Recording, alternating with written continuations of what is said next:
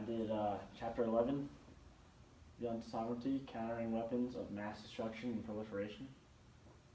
So, do you guys know anything about weapons of mass destruction? Nukes. Nukes? Bombs, missiles, war. Yeah, a big part in that. Basically, it's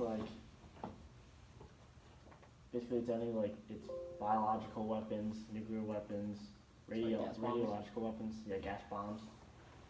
And so the biggest thing is the nuclear bomb. So yeah. And so because of these weapons are crazy, they had to put treaties and stuff in. So one treaty is Nuclear Proliferation Treaty, the NPT. It basically means that under the NPT, only countries that are allowed to have weapons of mass destruction are Russia, United States, China, France, and the UK. But many different countries and parties want to acquire weapons of mass destruction, like terrorists, like North Korea, Iran trying to start their own program. They believe Israel has nuclear weapons, but they will not admit to it. And they're big on the black market, and terrorists will do anything to get them, buying, building, or stealing if they can. And then there's certain countries that don't even have nuclear weapons, but they're perceived as a nuclear threat because of this. So for example, Japan has state-of-the-art nuclear energy infrastructure, and if they wanted to, if there's in short notice, if something crazy is going on, in short notice they could easily build their own nuclear weapons. And so as technology spread, so do the materials needed for producing nuclear weapons and other weapons, which means it's becoming quicker and easier to acquire resources and build weapons, and that is a major challenge in nuclear proliferation. So different weapons of mass destruction is the radiological dispersal devices, or RDDs. So that's your gas bombs and stuff. Scully? Mm-hmm. And so these are designed to disperse radioactive material to cause destruction, contamination, and injury by radiation. So RDDs, they're not mass destruction, but they're still underneath that category. It's they don't have that type of capabilities. So some refer to them as weapons of mass disruption or mass contamination devices, since they're meant to cover a large area.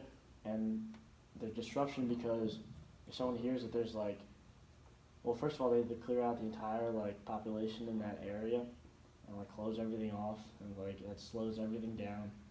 And plus, if people hear that there's radiological radioactive material in the area, they people start going crazy and stuff. So and there's more types of RDDs than just dispersal ones. There's for example, dirty bombs. Those are explosives that are supposed to scatter the radioactive material over a large area. And then there's passive RDDs, which means someone can just drop the material in a crowded area with a large amount of people. And then there's atmospheric RDDs, which means they take the material and turn it to a form that can be into a gas, so they can travel through air currents. That's pretty scary. One time an RDD was almost used. For example, they can easily turn into terrorist weapons. So in 1995, Chechen terrorists. That's in southern Russia. There's Chechnya, and there's terrorists in that area, and they tried to plant a dirty bomb in Moscow, but fortunately it was defused before it could detonate. Materials necessary for RDDs are much easier to acquire than materials needed for nuclear weapons. Materials can be found in hospitals, industrial and construction sites, and laboratories. And what makes it much easier is that there's a far less security than uranium and stuff. And there's more people that have access to the materials. Another example is biological weapons. Biological weapons use microorganisms or toxins taken from organisms to cause disease in humans, plants, and animals. Substances are available in many pharmaceutical and labs and colleges. So it's like, anyways, growing technologies and advancements are allowing that spread to more and more scientists, which are like more and more available. Biological weapons, they've been used since the Middle Ages. So like, when a castle was under siege, they would literally take dead bodies from that died from the plague and are infected, and they would catapult them over the walls at the armies and stuff, as for defense. And in World War II, the Japanese dropped plague-infected fleas and bombs over cities in China. Microorganisms can be modified to make them even more deadly and dangerous, which is very scary. Technologies used, so specific groups can be, the technologies today, they can modify the different types of weapons. And so specific groups can be targeted by assessing human respiration and reading metabolic signatures to detect certain races and ethnicities, so they can really target certain people in certain areas.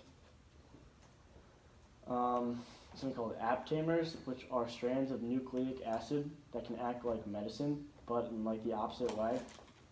So in bad ways, and block certain receptors that humans have.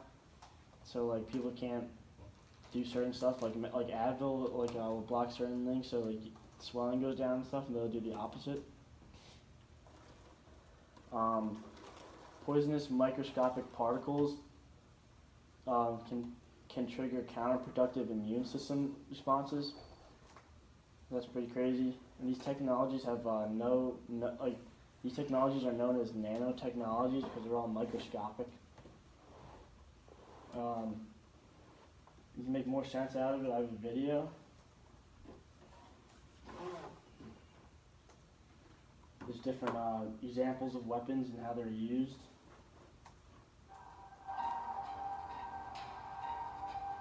A biological weapon, which is taking parasites and different biological weapons make use of some kind of virus or disease that can affect millions of people. The danger of this weapon is that it could be uncontrollable once released. Nothing could stop it from spreading outside the original target area.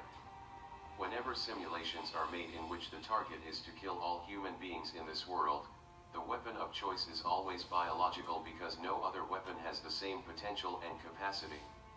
It is the most difficult weapon of mass destruction to detect and identify because doctors would probably point to natural outbreaks of disease before suspecting any use of biological weapons. Examples of biological weapons are anthrax, tularemia, plague and Ebola. Yeah.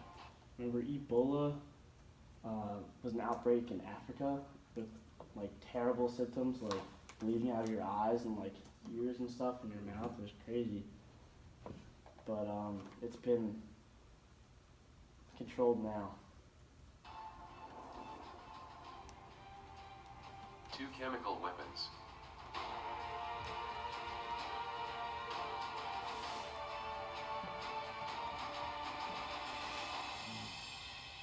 Chemical weapons make use of deadly chemical products, either in the form of blisters, blood, choking or nerve agents. Only minuscule amounts are required for it to become effective, and just like biological weapons, it would be hard to control it once released to the atmosphere. Even when identified, cleaning it up can be extremely hard and almost impossible. It would also take a lot of time, money, and effort. It is probably the easiest of all weapons of mass destruction to obtain. Examples of chemical weapons are mustard gas, ricin, and lewisite. These chemicals are so dangerous that countries are not allowed to own more than a ton of these.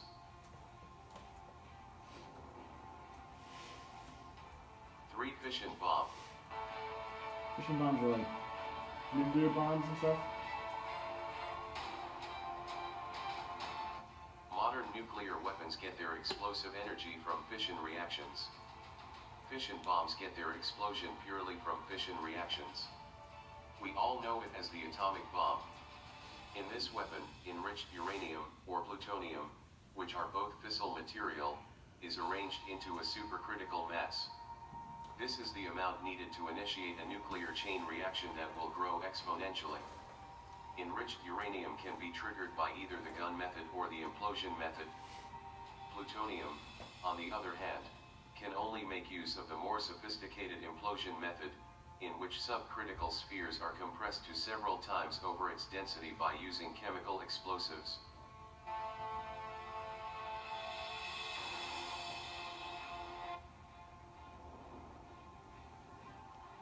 For fusion bomb.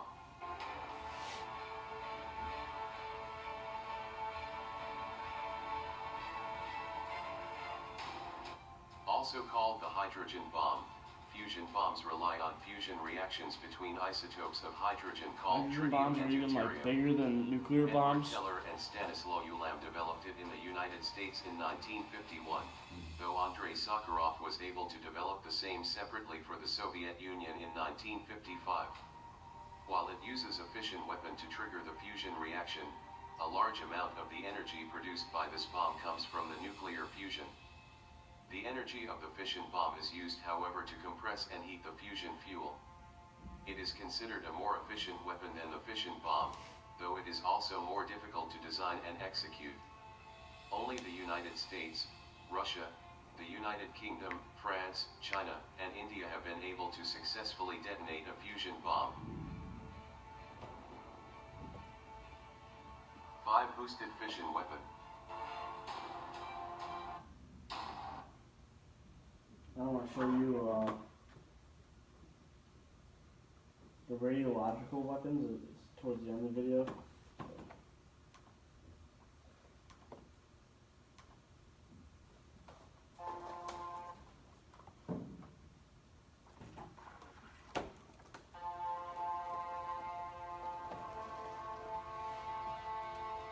And from radiological weapons, we go to toxic weapons. Level weapon of mass destruction.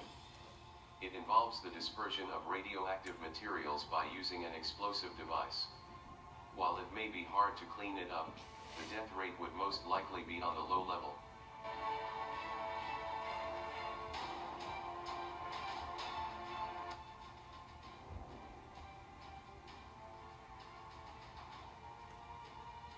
Toxicological weapons.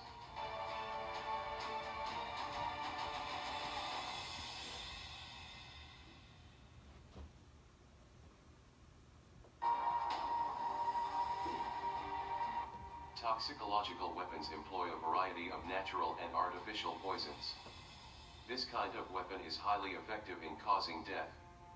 Its range of effectiveness, however, is very limited and restricted in terms of area. It is also relatively easier to clean up than other weapons. It is probably the least dangerous of all the weapons of mass destruction.